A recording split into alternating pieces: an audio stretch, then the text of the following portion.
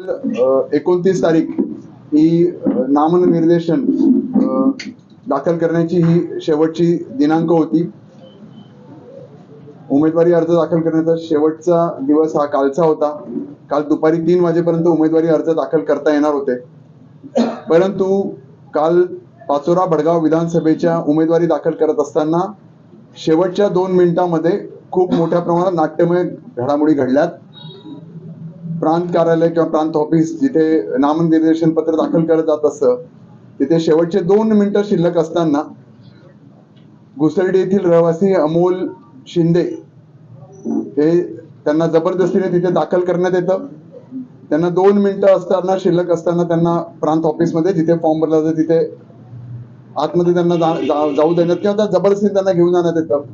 आणि कालच्या तारखेला त्यांचा अमोल शिंदे या नावाने एक अपक्ष उमेदवार म्हणून त्यांनी त्यांचा फॉर्म भरलेला आहे. खरं तर लोकशाही आहे, लोकशाहीमध्ये कोणी फॉर्म भरू शकतं.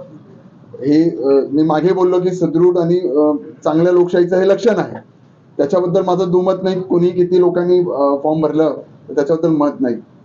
पण ज्या पद्धतीमध्ये त्यांचा जो फॉर्म भरला गेला,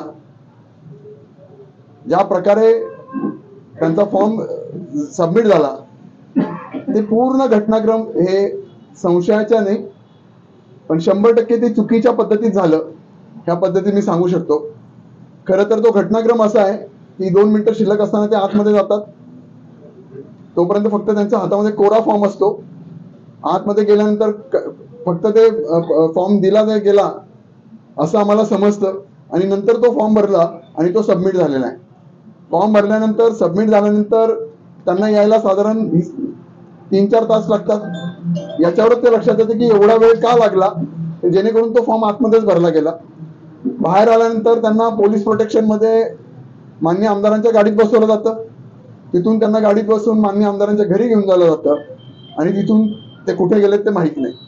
त्याच दरम्यान त्यांची मिसेस, त्यांचा भाऊ, त्यांचे नातेवाईक हे थेट माझ्याशी संपर्क करतात. संपर्क नव्हे, ते माझ्याजवळ येऊन भेटतात. मला सांगतात की त्याची मिसेस सांगते, त्याची धर्मपत्नी सांगते की माझ्या नवऱ्याला जबरदस्ती उचलून घेऊन गेलेला आहे. ते माझ्या ह्याच कार्यालयाच्या इथे येऊन थांबलेले होते. काल 4 वाजेपर्यंत ते इथे बसून होते. त्याची मिसेस मोठ्या प्रमाणात रडत होती की हे जे काही घटनाक्रम होते ते मला माहिती नाही, जबरदस्ती माझ्या नवऱ्याला ते घेऊन गेलेले आहे. आणि हे सगळं माननीय आमदार किशोरप्पा पाटील हे सगळं करत आहे. मला या निमित्ताने माननीय आमदारांना विचारावंसं वाटतं.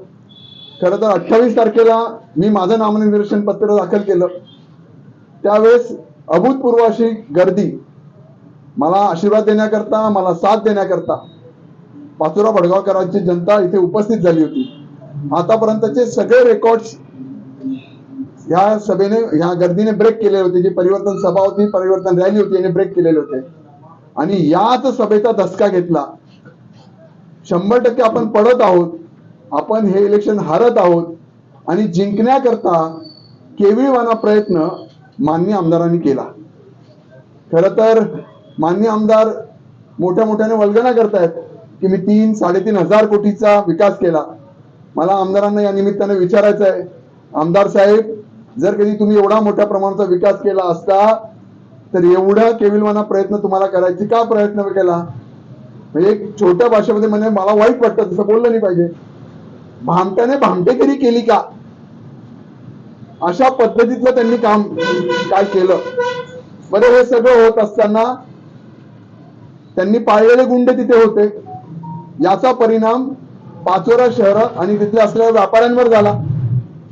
भर चौकामध्ये, छत्रपती शिवाजी महाराज चौकामध्ये मोठा धुडगूस, त्यांनी जमलेले 50-100 कार्यकर्ते आणि तो दहशतीचं वातावरण इतक्या मोठ्या प्रमाणात पाचोरा शहरात झालं होतं की काही अंशी काही व्यापाऱ्यांनी दुकानं बंद केली होती, काही अंशी व्यापार थांबलेला होता. अशा पद्धतीमध्ये दहशतवाद माननीय आमदारांनी इथे केलेला होता. खरं तर पाचोरा मतदारसंघामध्ये ही संस्कृती नाही. आपण पूर्व इतिहास बघितला तर माननीय माजी आमदार कैलासवासी ओंकारप्पा असतील, कैलासवासी केम बाप्पू असतील, कैलासवासी सुप्रो अण्णा असतील, यांच्या वेळेस होत असलेले इलेक्शन्स हे एकदम खेळाडू वृत्तीने, ज्याला आपण स्पोर्ट्समॅनशिप होतं, त्या निमित्ताने होतं. पण मान्य आमदारांना त्यांचा पराभव मान्य झालेला आहे. या निमित्ताने मी स्पष्टपणे सांगतो, आमदार साहेब, खरं तर तुम्ही मर्द असतात ना, तर समोरासमोर लढले असतात. याच्या अगोदर मी तुम्हाला 2 वेळेस चॅलेंज केलेले होते.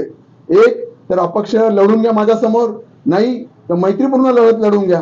पण तुमच्या पद्धतीत तुम्ही आता इलेक्शन करत होतात की तुम्हाला पक्षाचं तिकीट मिळालं, युतीचं, मी अपक्ष लढत होतो.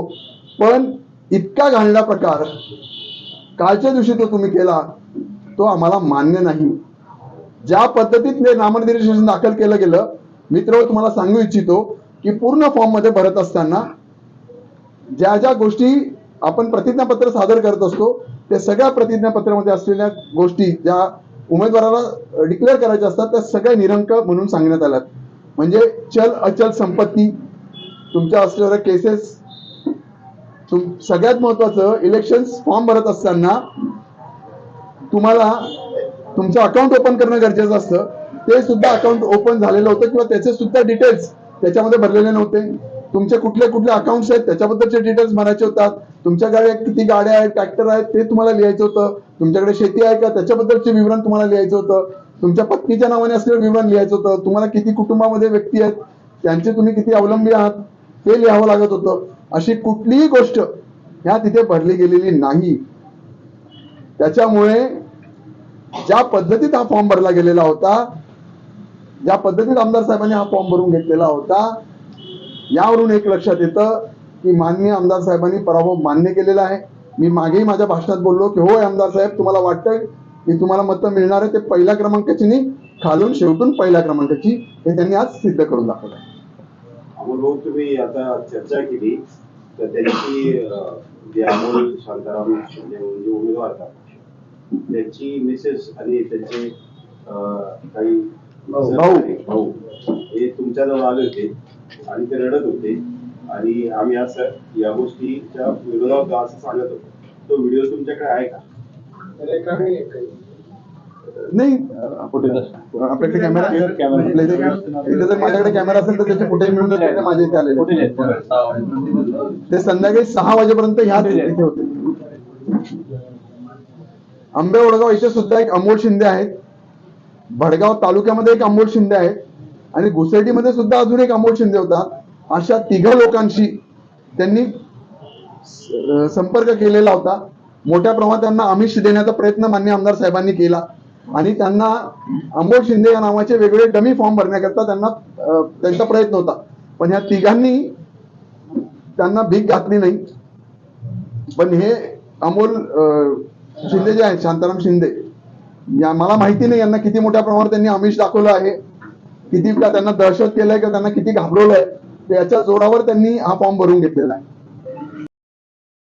29